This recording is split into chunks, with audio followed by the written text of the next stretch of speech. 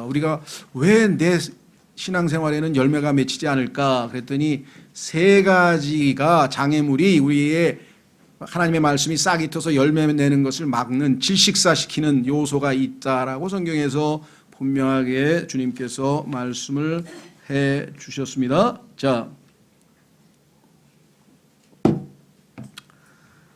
오늘 나눠드린 주보에 이렇게 제가 말씀드렸습니다. 하나님의 말씀을 믿어 구원을 받은 하나님의 자녀들은 성숙을 향해 자라갑니다. 그렇습니다. 그래서 완전한 사람이 되도록 모든 것을 우리에게 제공해 줘서 그 도구로 하나님의 말씀이 주어졌다라고 디모데후서에 써 있죠. 씨앗이 심기는 궁극적인 목적은 열매를 얻기 위함입니다. 씨앗을 심고 열매를 안 기대하리는 사람은 당연히 없죠. 그러니까 하나님께서도 하나님의 말씀을 우리의 마음밭에 심으셨다면 당연히 열매를 기대하시겠죠. 예. 최근에 보니까 우리 교회에 지금 자매님 중에 포도 농사를 하시는 분이 계신데 포도 냉해를 입어서 포도가 아주 굉장히 잘 안 됐대요. 그래서 날씨가 굉장히 더웠는데 아마 그 전에 아마 좀 그런 일이 있었나. 그래서 많은 좋은 열매 기대하기가 좀 쉽지 않을 것 같다고 걱정을 하시던데 그렇죠? 누구든지 뭔가 열매를 기다리는 사람은 그 열매에 대해서 얼마나 관심이 있는지 모릅니다. 하나님께서도 우리에게서 지금 기대하는 바 열매를 기다리고 있습니다. 싹이 나야 되고 그 다음에 자라나야 되고 잘 익게 되어서 이게 성숙이라 그러죠. 익게 되어서 열매가 생산됩니다. 하나님의 말씀이 우리 마음에 심길 때 이 말씀이 완전함에 이르는 열매를 맺지 못하는 것은 분명히 똑같이 들었는데 어떤 분들은 성령의 열매가 나타나는데 어떤 분들은 왜 열매가 안 나타나느냐. 이유는 3대 장애물이 우리를 질식시키기 때문입니다. 이 장애물을 제거하여 많은 열매로 하나님을 영화롭게 하는 성도가 됩시다. 그랬습니다. 이 장애물을 제거하는 방법은 이제 뭐 끝에 잠깐 설명하겠습니다만은 하나님께서 성령의 책망하시는 역사로 우리에게 징계를 통해서 가지치기를 하는 겁니다. 요한복음 15장에 보면은 가지치기를 통해서 많은 열매가 맺혀야 돼요. 버려야 될 게 많죠. 여기 있는 세 가지를 특히 성령의 역사로 내던지지 아니하면 우리에게 열매 맺히기가 어렵다라고 하는 것입니다. 스스로 한번 생각해 보면 나는 특히 어디에 약한가 이렇게 한번 스스로 점검해 보시면 좋겠습니다. 첫 번째는 이생의 열매라고 죄송합니다. 이생의 열매가 아니고 염려. 제가 하도 열매를 열망하다 보니까 예, 이생의 염려라 그랬는데요. 이 염려 참 우리의 삶을 갉아먹는 아주 안 좋은 악성 종양인데요. 이 염려라고 하는 것. 자, 그런데 마가복음 4장에서는 이걸 뭐라고 했는 거 아니요? 이 생이라고 한 거라고요. 세상이라고 썼어요. 세상. 자, 마가복음은 보완 설명을 해줍니다. 세상의 염려라 그랬어요. 그러니까 this life가 world라고 바뀌었는데 그것은 의미가 같은 거였어요. 이 세상적인 것에 대해서 우리가 염려를 많이 하다 보니까 그렇습니다.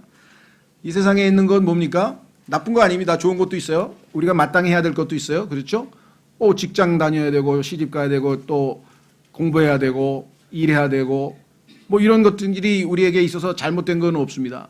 그런데 이 세상의 염려가 돼서 근심 걱정으로 자꾸만 거기에 매어지게 되면 최선을 다해서 의무를 다하고 열심을 다해서 삶을 사는 것은 중요한데 우리의 마음을 거기에 빼앗겨 버리면은 주님을 섬기고 성령의 열매를 맺는 일에는 방해가 된다라고 하는 것을 성경에서 우리에게 분명하게 말씀을 하고 있습니다.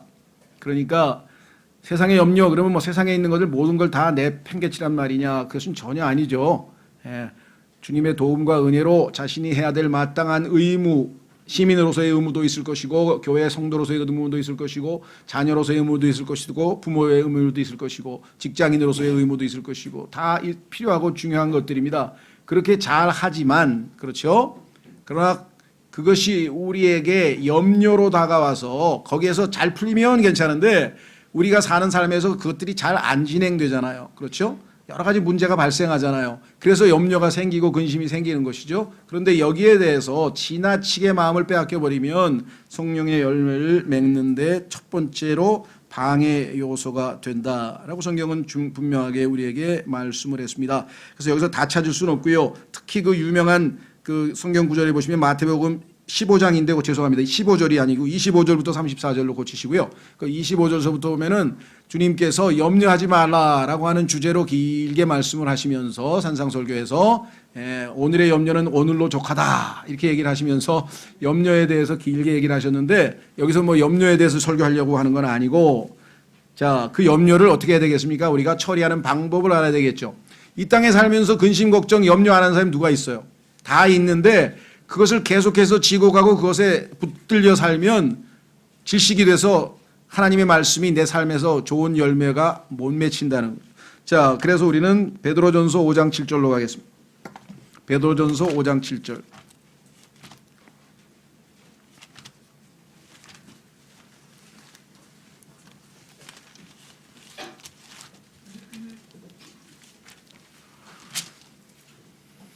베드로전서 5장 7절.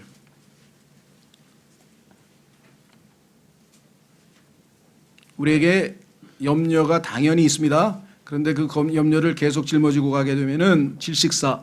그래서 영적인 질식사가 일어나면은 생명, 죽어 있는데 어떻게 열매가 맺겠습니까? 자, 7절. 너희의 모든 염려를 그분께 맡기라. 이 맡긴다고 하는 그 동사를 보니까 영어에 cast라 그랬는데 이게 던진다는 얘기예요. 내가 움켜쥐고 있지 말고 던져버리라 이거죠. 주님께로 던진다 이게. 그분께 일임시키시는 일임하는 거죠. 예. 그분께서 너희를 돌보시느니라. 재밌는 거는요. 이 염려라고 하는 단어가 명사로 care입니다. care. 우리 또 무슨 이 의료할 때도 이렇게 돌볼 때도 쓰죠. 그러니까 돌본다고 하는 동사도 care예요. 그러니까 어떤 의미로 보자면 모든 염려를 그분께 맡기라. 그분께서 너희를 위해 대신 염려하시느니라. 이런 뜻이 되는 거예요. 그러니까 주님이 돌보신다는 것과 염려한다는 것이 단어가 똑같은 단어예요. 영어로는 care. 그러니까 주님께 그 염려를 맡기면 주님께서 우리 염려를 대신 짐지고 해결하실 테니까 너희는 평안하게 그렇죠? 수고하고 무거운 짐진 자들아 다 내게로 오라. 너희가 안식하게 하겠다 이렇게 말씀하셨잖아요. 그래서 우리 그리스도인들은 주님께 맡겨서 주님으로 하여금 우리의 염려를 대신 담당하시도록 돌보시도록 하는 것이 성경적 해결책이다 이렇게 지금 이야기할 수 있습니다. 여러분 다른 어느 시대와도 달리 오늘날 제일 사람들에게 힘든 게 뭐냐면요. 이 정신적인 고통이에요. 그렇죠? 그래서 과거에는 이 정신과라고 하는 데가 그렇게 뭐 의사들도 별로 그거 안 하려고 그랬죠. 뭐 내과니 뭐 이렇게 해가지고 레지던트나 이런 사람들도 전문의 할 때 정신과 같은 거 잘 안 하려고 그랬는데 지금은 최고 인기과가 됐습니다. 정신과 의사하면 사람들이 굉장히 높이 평가해요. 아, 저 사람하고 좀 상담 좀 하면 내 고민이 좀 털어질래나? 아, 저 사람하고 상담하면 내 불안이 좀 가라앉을 것 같아. 아, 저 사람은 막 인생을 달관한 사람 같아. 정신과 의사는 괜히 뭐 인생을 달관한 사람 같은데요. 정신과 의사일수록 정신병자예요. 자기들끼리 그래. 자기들끼리 또라이가 또라이를 치료한다 그러더라고요. 그만큼 자기들도 스스로 안다 이 말이에요. 스스로.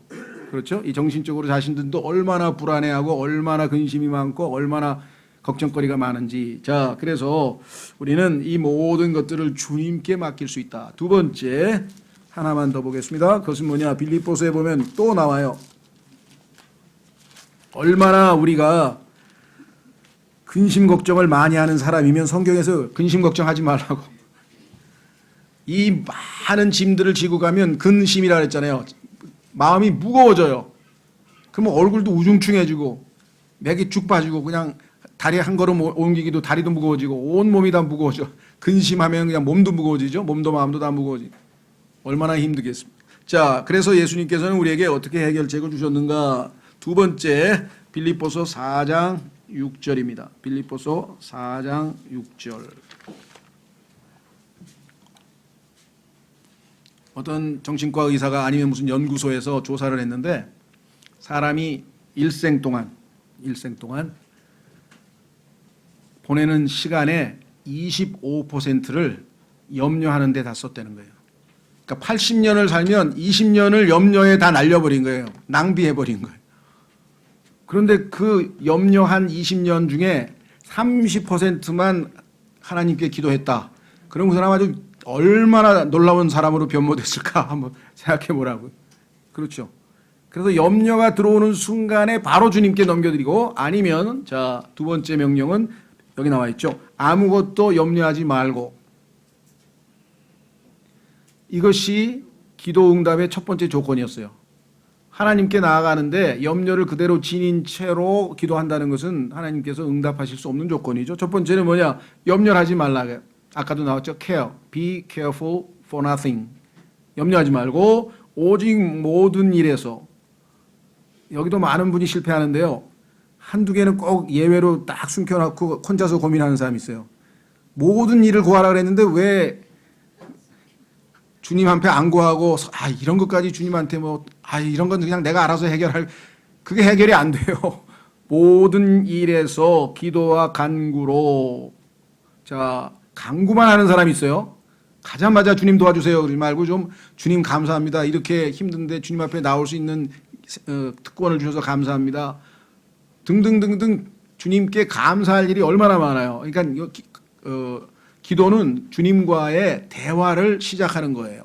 그래서 모든 포괄적으로 넓은 의미에서 주님과의 교제, 대화를 기도라고 하는데, 그 가운데 이제 우리가 요청하는 게 있죠. 부탁드리는 거. 그것을 우리가 supplication, 간구라고 하는데, 그 이제 요청이 있어요. request 1번, 2번, 3번 뭐 해주세요, 뭐 해주세요, 뭐 해주세요. 그걸 다 아뢰라 이거죠.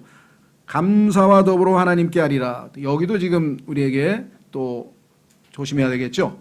감사하는 마음으로 해야 되는데 불평하는 마음으로, 따지는 마음으로, 원망 섞인 마음으로 하는 분들이 또 많아요. 그죠? 정말 너무하세요 주님.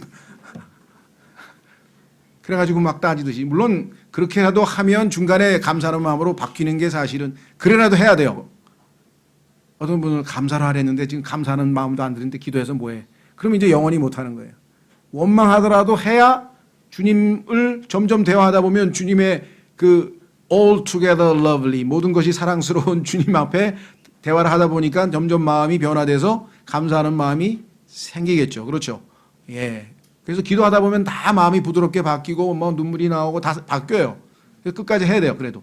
자, 그다음에 그리하면, 그러니까 6절이 우리가 해야 될 조건입니다. 우리가 갖춰야 될 조건이고, 결과는 주님이 책임지시는 것이죠. 7절 그리하면 모든 이해를 뛰어넘는 하나님의 평강이. 이것도 얼마나 놀라운 말씀입니까? 이해를 뛰어넘어요. 그 얘기는 뭐냐면 이해는 안 돼. 납득은 안 돼. 그런데도 불구하고 왠지는 모르지만, 이해가 안 되니까 왠지는 모르지만 내 마음에 평강이 임했다. 여기 나와 있죠. 하나님의 평강이 그리스도 예수님을 통해 너희 마음과 생각을 지키시리라. 여기서 또 많이 실망하시는 분이 있어요. 왜? 문제가 곧 해결되리라. 그럴 줄 알았더니 생각하고 마음만 지키시면 어떻게 해? 생각하고 마음을 지키고 있다가 하나님이 적절한 때 해결하시겠다는 뜻이에요. 우리가 뭐 요청하면 뭐 단추 누르면 뭐 삑 소리 나듯이 그냥 주님이 무슨 로봇입니까? 또 주님은 우리보다 훨씬 더 우리에게 유익한 타이밍과 모든 걸 다 알고 계세요. 그렇기 때문에 주님이 마음과 생각을 지키시면 평정 가운데 있을 때 주님께서 적절한 방식으로 적절한 타이밍에 응답을 해 주신다라고 하는 것이에요. 우리보다 훨씬 뛰어나신 분께 모든 걸 맡겼는데 뭐가 걱정이 되겠습니까? 자, 그렇죠? 따라서 우리는 모든 것을 다 주님께 의탁하게 됨으로써 염려를 빨리 해결하지 아니하면 열매 맺는 삶을 살아갈 수가 없다라고 그랬습니다. 히브리서 13장 하나를 마치고 다음 테마로 가겠습니다. 히브리서 13장에 가면은 주님이 주신 약속이 있어요. 예, 안심하라고 하는 약속이 있습니다. 히브리서 13장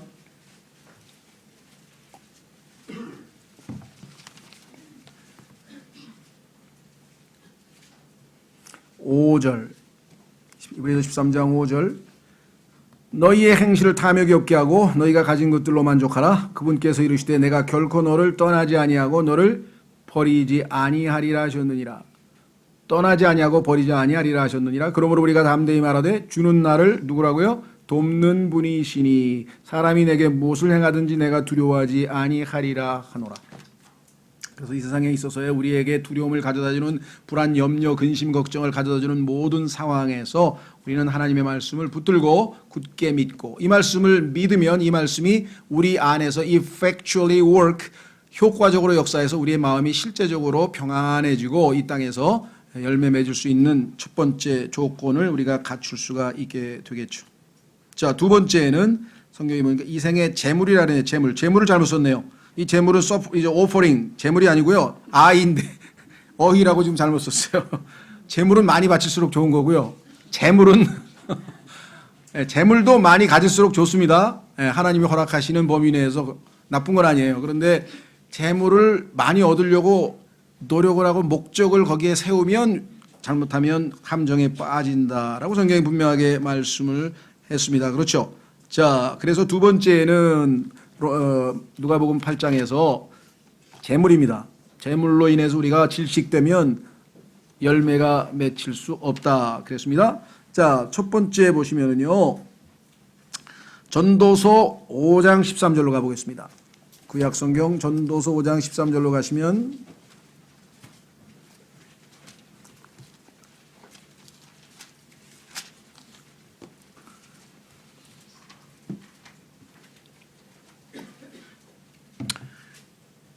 하나님께서 우리가 잘 사용하고 또 잘 활용할 수 있을 범주 내에서 각자의 능력에 맞게끔 재물을 주십니다.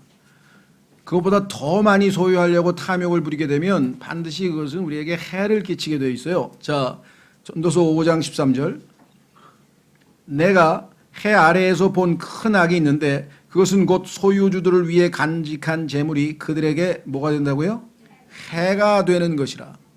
재물 많이 갖고 있는 게 목적이 아니라 우리가 만족한 삶을 사는 것이 목적이라고 한다면 그렇죠? 예. 그래서 성경에서는요, 이 부에 대해서 경고가 매우 많이 나오는데 오늘 본문에 나오는 누가복음에도 또 있어요. 한번 확인해 보겠습니다. 18장. 누가복음 18장에 보면은 누가복음 18장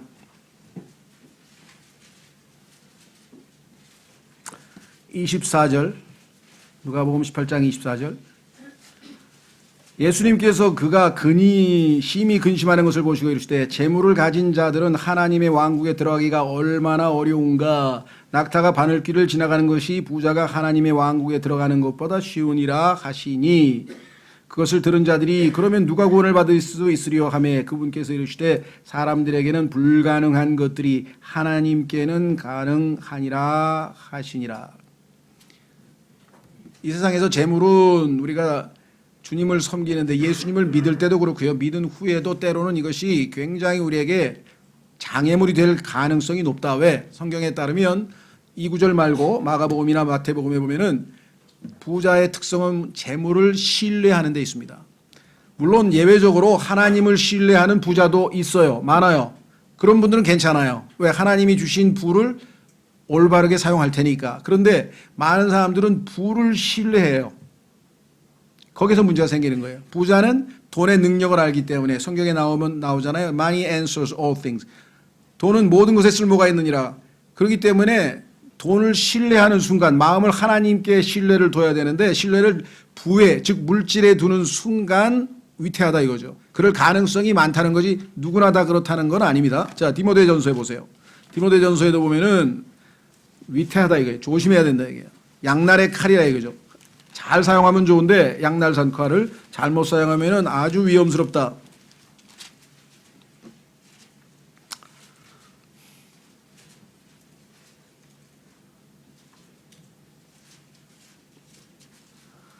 디모데전서 6장 9절. 디모데전서 6장 9절. 예.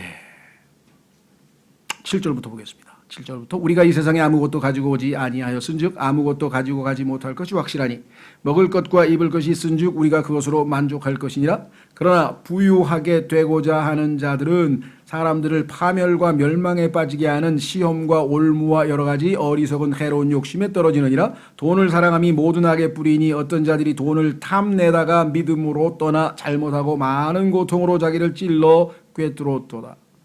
돈 자체가 잘못된 게 아니라 돈을 탐하는 인간의 마음이 문제가 되는데 돈은 탐심을 유발하는 효과가 크기 때문에 위험하다는 것이죠. 자, 밑으로 내려갑니다. 17절. 이 세상에서 부유한 자들에게 명하여 그들이 마음을 높이지 말고 확실치 않은 재물을 신뢰하지도 말며, 그래서 특별히 부자에게는 더 주님께서 경고의 말씀을 해주는 거예요. 왜? 이럴 가능성이 매우 높기 때문에 오직 살아계신 하나님 곧 우리에게 모든 것을 풍성히 주사 누리게 하시는 분을 신뢰하게 하고 또 선을 행하게 하며 선한 일들에 부유하고 베풀어 주기를 좋아하며 기꺼이 나누어 주게 하라.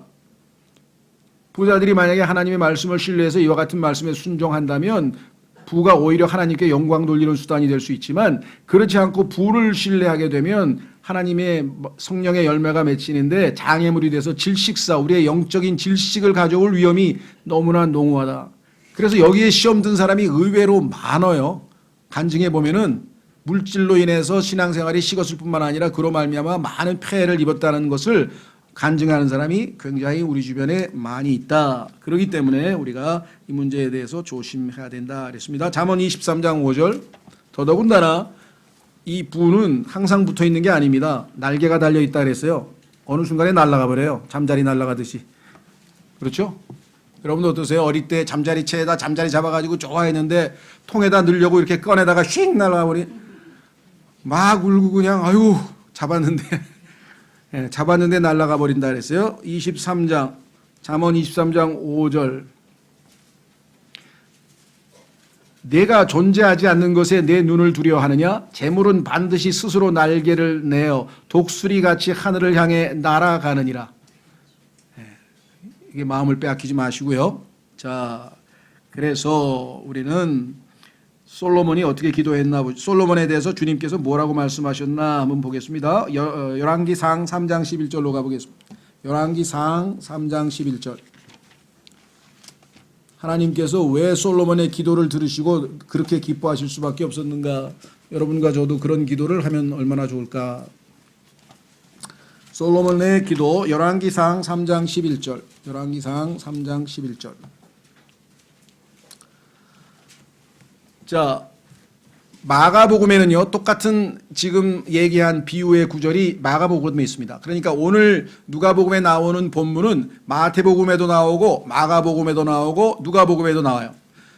성경에 보면은 비유는 마태복음에만 나와 있는 게 있고 요한복음에만 나와 있는 게 있고 막 다 비유의 종류가, 그런데 오병이어의 기적은 네 군데에 다 나와 있어요. 사복음서에 다 나와 있는 유일한 비유가 오병이어의 기적이고요. 그 다음에 이 씨 뿌리는 자의 비유도 마태복음, 마가복음, 누가복음 세 복음서에나 나와 있는 몇 안 되는 비유 중에 하나예요. 그만큼 중요하기 때문에 세 곳에 다 나오는데 그 중에 마가복음에는 뭐라고 해석을 했는가? 그냥 재물이라고 안 하고요. The deceitfulness of riches.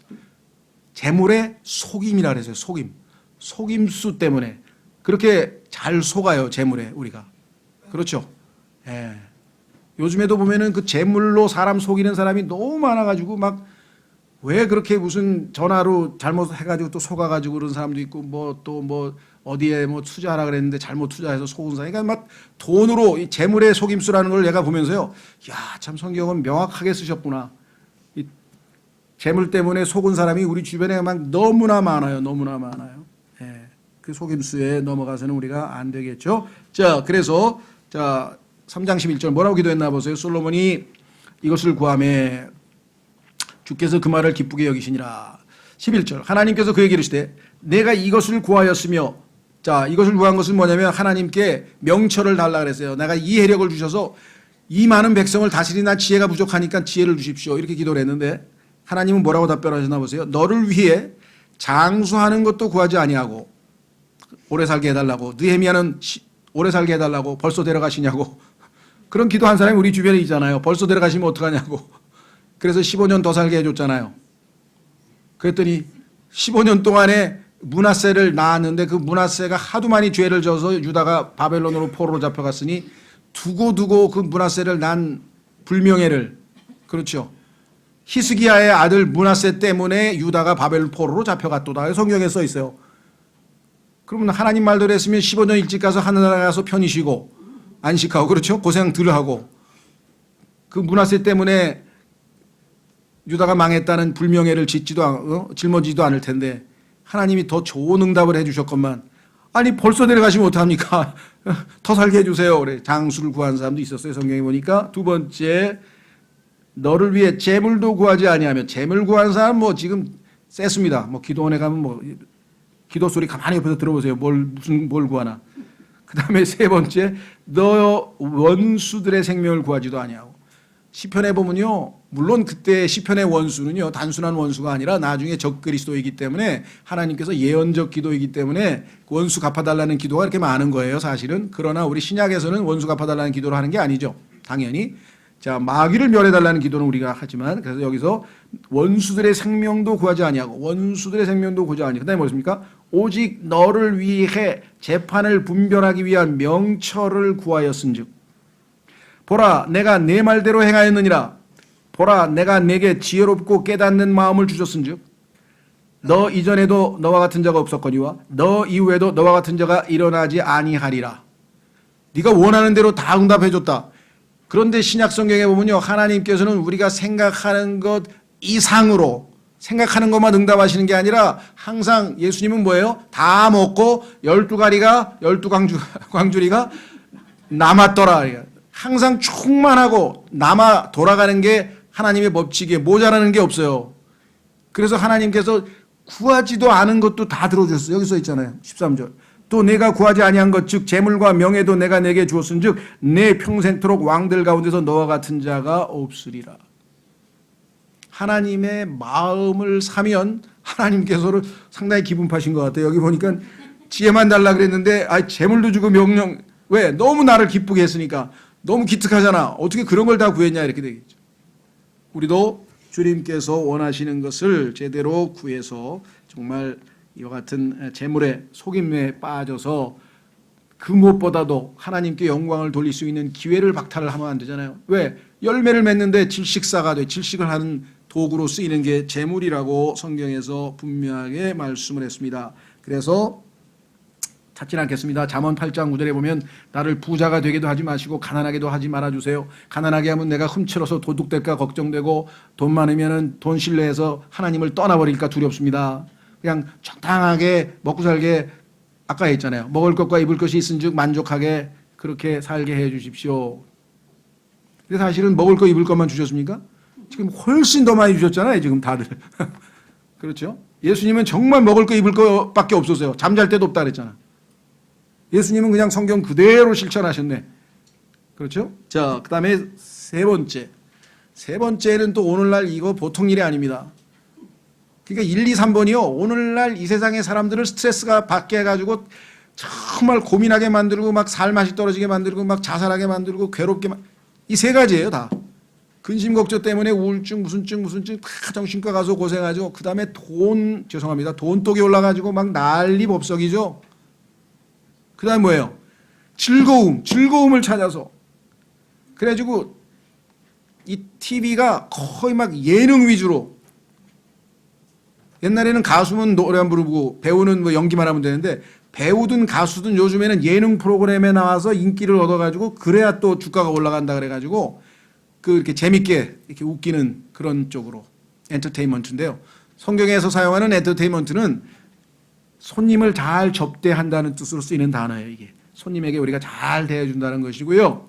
그 다음에 요즘에 사용하는 이 어뮤즈먼트라고 하는 거는 그야말로 상징성이 강한 단어인데 A라고 하는 것은 어뮤즈 할 때 뮤즈는요 생각한다는 뜻이에요. 헬라로 생각. A가 들으면 안 하는 거예요. theist 하면 유신론자고 atheist 하면 무신론자거든요. 생각을 안 하고 깔깔대고 살자 이거예요. 재밌게 살자. 이게 세 번째 우리 쾌락이 가져다 주는 건데 성경에 뭐라고 했는가 한번 보십시오. 아주 정말 주님께서 아주 적절하게 우리에게 아주 강력하게 지적하고 있는 게 전도서 7장. 전도서 7장에 가면은요. 이 웃음소리가 나중에 얼마만큼 잔인하게 우리를 해치는가 이게 조심해야 됩니다. 그렇다고 뭐 막 우울해하고 살라는 뜻은 아닙니다. 그리고 뭐 예능 프로 자체가 다 잘못됐다는 뜻도 아니고 다만 기본적으로 우리가 쾌락의 즐거움을 인위적으로 우리가 창출해서 만들어내면 그것으로 말미암아 말씀에 장애가 돼서 열매 맺지 못한다. 자, 전도서 7장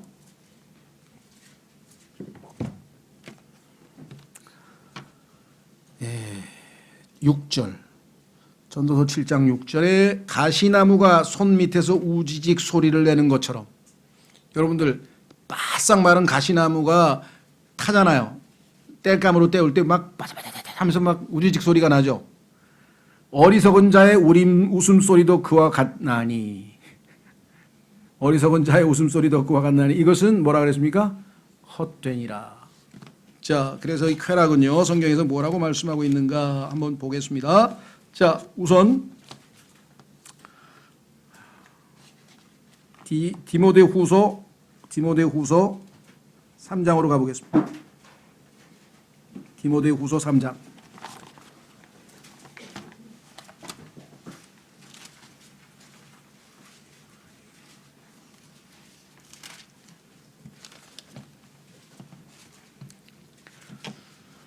소위 말하면 뭔가 재미가 있어야 된다. 이 재미를 너무 지나치게 추구하면은 그것이 가끔 우리에게 당연히 필요하죠. 그래서 성경에 보니까요, 하나님의 오른편에는 항상 플레저, 쾌락, 즐거움이 있도다 그랬어요. 하나님은 이 세상에서 가장 즐거워하시는 분이고, 심지어는 하나님은 자기의 즐거움을 위해서 우주 만물을 창조했다고 성경에 나와 있잖아요. 그러니까 우리에게도 당연히 건전하고 거룩하고 훌륭한 기쁨과 즐거움거리가 얼마든지 있어요. 그러나 이 세상이 가져다주는 쾌락에 빠져버리게 되면 진정한 쾌락도 못 누리고, 그렇죠? 자, 디모데후서 3장 어떤 시대가 오냐. 1절, 여러분과 제가 이 마지막 시대에, 즉 교회가 휴거될 직전과 성경에서 말씀하시는 야곱의 고난, 즉 7년이라고 하는 환란 시대가 오버래핑 되는 그 시점을 성경에서 뭐라고 얘기했는가 하니 마지막 날들이라. 마지막 날들, 아까 우리 강용원 형제님께서 기도하실 때 지금 이 시대가 너무나 정말 눈뜨고 우리가 정말 정신 차리지 않으면 언제 휩쓸려 갈지 모르는 그런 정말 혼란과 타락, 예수님께서 약하고 음란한 세대가 하면서 지적했던 그런 세대들이 지금 살고 있는 이 시대인데요. 디모데후서 3장 1절, 또한 이것을 알라, 즉 마지막 날들의 위험한 때가 이르리니. 이거를 어려운 때라고 그렇게 번역하면 안 되고요. 그건 너무나 애매하고요. 성경에서 정확하게 킹제임 성경에만 정확하게 어려운 때가 아니고 위험할 때라 돼요. perilous times. 위험한 때라 그랬는데 사람들이 자기를 사랑하며, 위험한 때 특징은 뭐냐면요, 다른 사람을 위해서 사랑해야 되는데 희생 정신이 요구되는데 그게 아니라 자기 사랑이 시대의 트렌드가 되어버렸습니다. 자기를 사랑하면 그 다음 열매가 줄줄이 꿰요. 줄줄이 사탕으로. 뭐냐? 탐욕을 부리며 자랑하며. 이거 자기 사랑하면 다 나오는 열매입니다.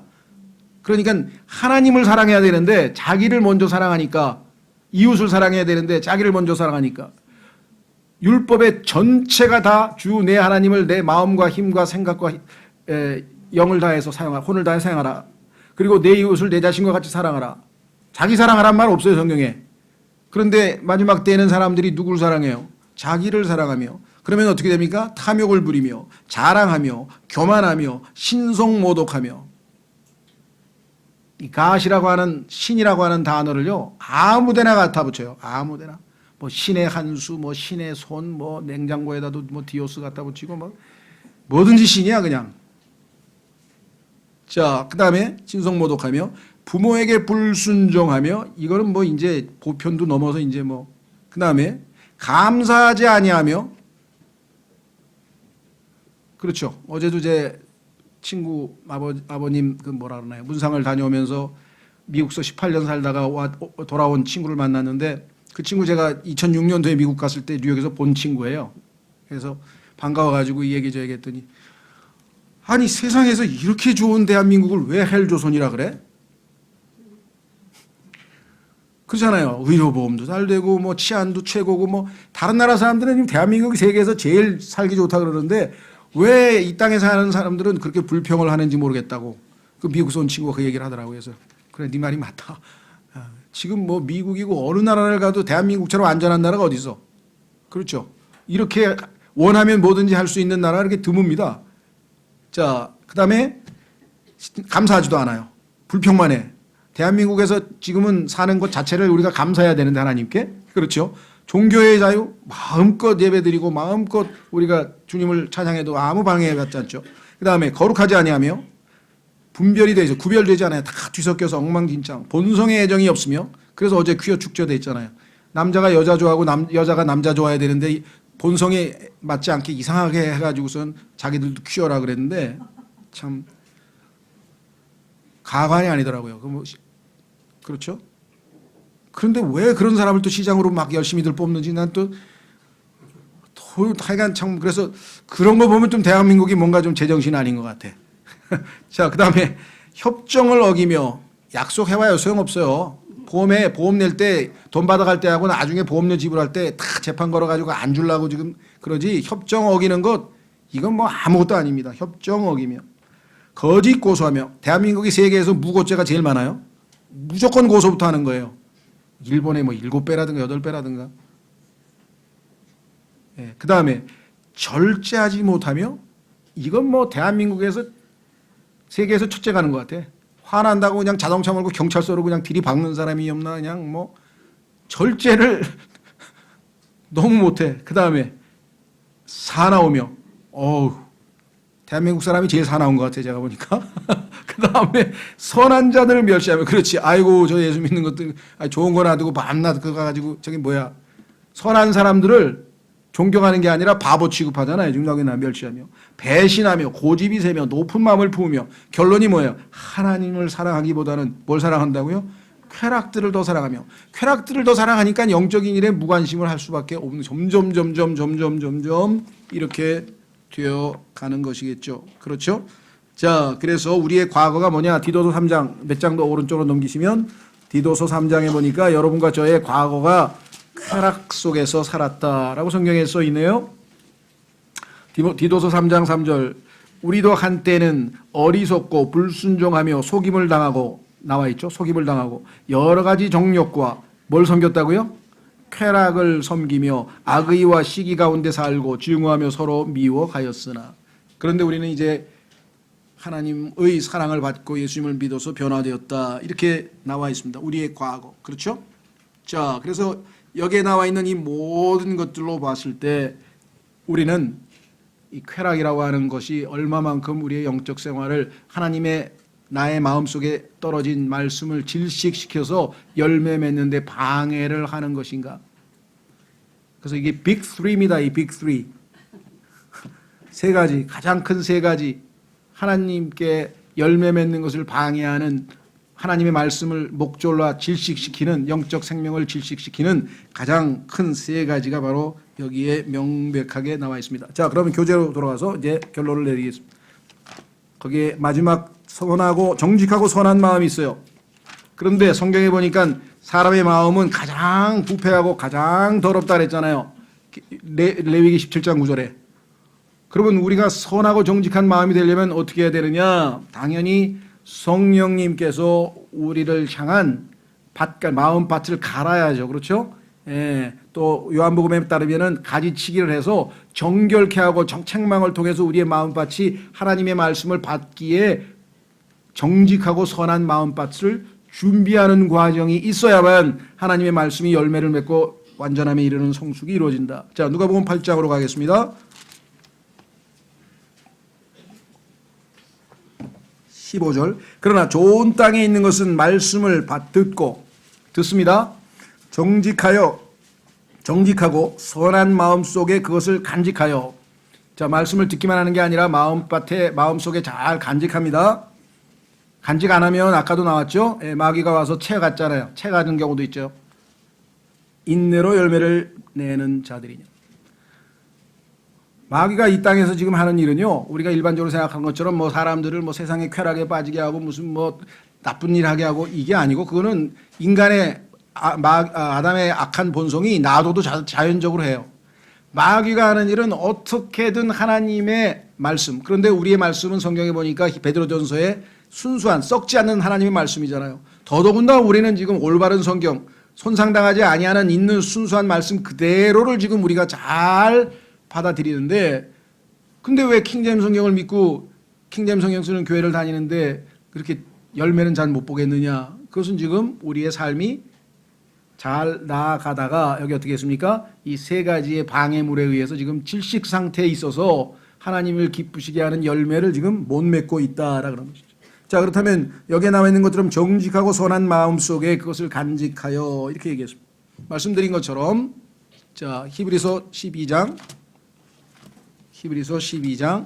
거기에 이제 우리가 어떻게 하나님의 정결케 하는 과정, 아까는 이제 뭐 요한복음 15장의 가지치기는 우리가 말씀을 드렸고요. 자, 히브리서 12장에 주님께서 우리에게 사용하시는 방법은 뭐냐? 징계인데요. 자, 9절 보겠습니다. 히브리서 12장 9절. 또한 우리에게 있던 우리의 육체의 아버지들이 우리를 바로잡아도 우리가 그들을 공경하였거늘 하물며 영들의 아버지께 우리가 더욱 복종하고 이로써 살아야 하지 아니하겠느냐. 진실로 그들은 육체의 아버지들은 며칠 동안 자기들이 기뻐하는 대로 우리를 징계하였거니와 그분께서는 우리의 유익을 위해, 영들의 아버지이신 하나님께서는 우리의 유익을 위해 하시나니 이것은 우리가 자신의 거룩함에 참여하는 자가 되게 하려 하심이라. 어떤 징계도 어떤 종류든 간에 징계라고 하는 것은 그 당시에는 기쁘게 보이지 아니하고 슬프게 보이나 그럼에도 불구하고 나중에는 그것으로 말미암아 단련된 자들에게는, 아까도 말씀드렸습니다마는 하루 이틀에 세상 이집트가 우리 몸에서 다 빠져나가는 게 아니라 그랬죠. 단련이 되는데 그 다음에 인내로 맺어준다는, 인내라고 하는 것은 오랜 시간을 요하는 것이죠. 자, 이것은 우리가 자신의 거룩함에 참여하는 자가 되게 하려니라. 죄송합니다. 11절. 그럼에도 불구하고 그 다음에 나와 있죠. 나중에는, 아까 인내로 열매를 맺는다 그랬죠. 마가복음에는 30배, 60배, 100배라 그랬는데요. 30배 열매 맺는 사람은 거기에 멈춘 게 아니라 성경에 보니까 예수님께서 열매, 더 많은 열매, 많은 열매, 그런데 많은 열매를 맺으면 내 아버지께서 영광을 받으실 것이요 그랬다. 그러니까 우리가 진정으로 하나님께 영광을 돌리려면은 그저 조금 열매 맺어서는 안 되고 많은 열매를 맺어야 되는데, 자, 여기 나와 있습니다. 나중에는 그것으로 말미암아 단련된 자들에게 그것에 뭐라고요? 그것이 의의 화평의 열매를 맺느니라.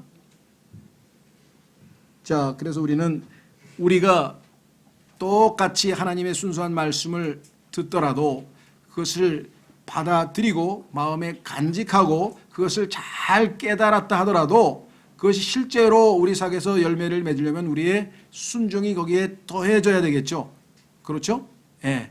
그래서 우리는 오늘 말씀을 통해서 하나님께서 진정으로 영광을 받으려면은 우리가 정직하고 선한 마음이 되도록 부지런히, 그렇죠? 하나님의 성령의 역사에, 성령의 단련케 하심에, 여기 나와 있는 아버지의 징계의 손길에 부지런히 해서 이 세 가지가 우리로 하여금 우리 하나님께서 매번 주일에도 또 수요일에도 또 개인이 성경을 읽을 때에도 하나님의 말씀이 우리 마음밭에 떨어질 때에 질식되어서 열매 맺지 못하는 일이 없도록 우리가 해야 되겠다.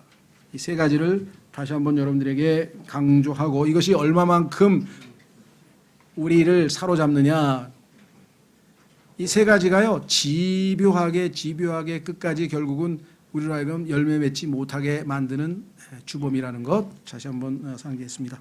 다 같이 이 시간에 주님께서 우리에게 하나님의 말씀을 주셔서 우리가 구원을 얻고 나아가다가 이 세 가지 장애물에 막혀서 질식되어서 하나님의 그 놀라운 생명의 말씀이 우리 안에 그저 싹내지 못하고 자라나지 못하고 열매 맺지 못하고 있는 우리의 모습을 주님께서 보시고 저희가 이 말씀을 믿음으로 붙들고 온전히 주님 기뻐하시는 많은 열매 맺는 그날까지 끝까지 인내로 주님과 함께 동행하게 해 주십시오. 다 같이 기도하겠습니다.